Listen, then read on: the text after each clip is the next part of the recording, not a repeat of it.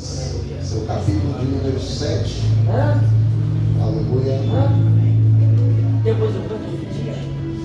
Capítulo de número 7, a partir do seu versículo de número 1. O título da Bíblia que eu estou portando diz: O centurião de Cafarnaum.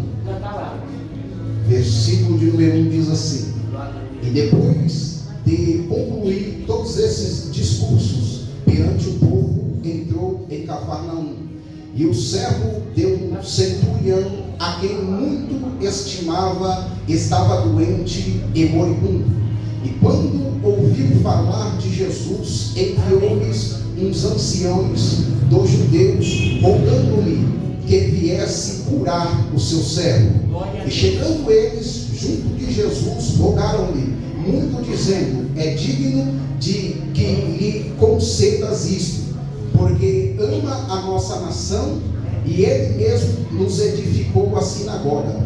E foi Jesus com eles, mas quando já estava perto da casa, enviou-lhe o centurião uns amigos, dizendo: Senhor, não te incomodes, porque não sou digno de que entres debaixo do meu telhado, e por isso nem ainda me julguei digno de ir ter contigo. Dize, porém, uma palavra, e o meu criado sarará. Oh, glória! Porque também eu sou homem, sujeito à autoridade, e tenho soldados sob o meu poder. E digo a este: vai, e ele vai, e a outro: vem, e ele vem, e ao meu servo: faz isso, e ele faz. E ouvindo isto, Jesus maravilhou-se dele, e voltando-se disse à multidão que o seguia: Digo-vos que nem ainda em Israel tenho achado tanta fé. E voltando para casa, os que foram enviados acharam são o servo enfermo. Oh, glória! Aleluia! Aqui nós podemos ver uma palavra da qual um centurião, para que você entenda, é um rapaz que ele era comissionado de uma autoridade romana. Ele tinha autoridade sobre 100 soldados romanos. E esse centurião, ele tinha um servo do qual ele muito estimava. Então ele escuta falar de Jesus, dos feitos de Jesus.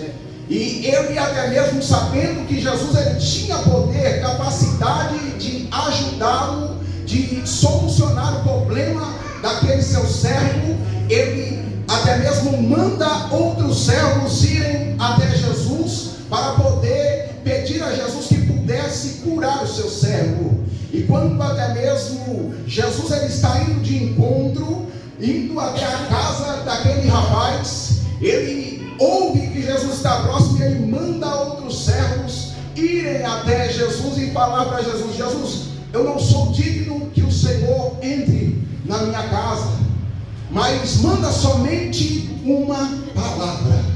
Ou seja, uma palavra é o suficiente para mudar a minha história. Acredito eu, por ele já ter escutado falar de Jesus, ele escutou também que o Senhor, na criação do mundo, por meio da sua palavra, ele fez todas as coisas que existem no planeta Terra. Então, a Bíblia, ela diz em Jeremias 23, sou eu apenas Deus de perto e não também de longe. Talvez, muitas vezes a gente estamos buscando ou esperando, ou temos uma perspectiva de uma ação de Deus em nossas vidas de determinadas maneiras. Mas se você olhar para a Bíblia, você vai ver Jesus Cristo fazendo coisas que fogem à nossa realidade, fogem à nossa capacidade de entender ou interpretar, como está em Isaías 55, que os pensamentos do Senhor, eles são maiores que os meus e os seus, assim como os céus e a terra. Então, Jesus até mesmo, ele deu aquela palavra de ordem, ele viu a fé daquele rapaz pagão e mudou a história daquele servo, restaurando-lhe a sua saúde. E nesta noite também, ou seja, aquele rapaz ele teve fé para receber a solução do seu problema enfrentado. E que nesta noite você também, meu irmão, minha irmã, nesse primeiro dia desse propósito, venha ter fé, porque em nome de Jesus Cristo de Nazaré, Deus ele também vai mudar a história da tua vida, em nome do Senhor e Salvador Jesus, amém? Eu quero assim agradecer a minha oportunidade, que as palmas exalte ao nome do Senhor Jesus.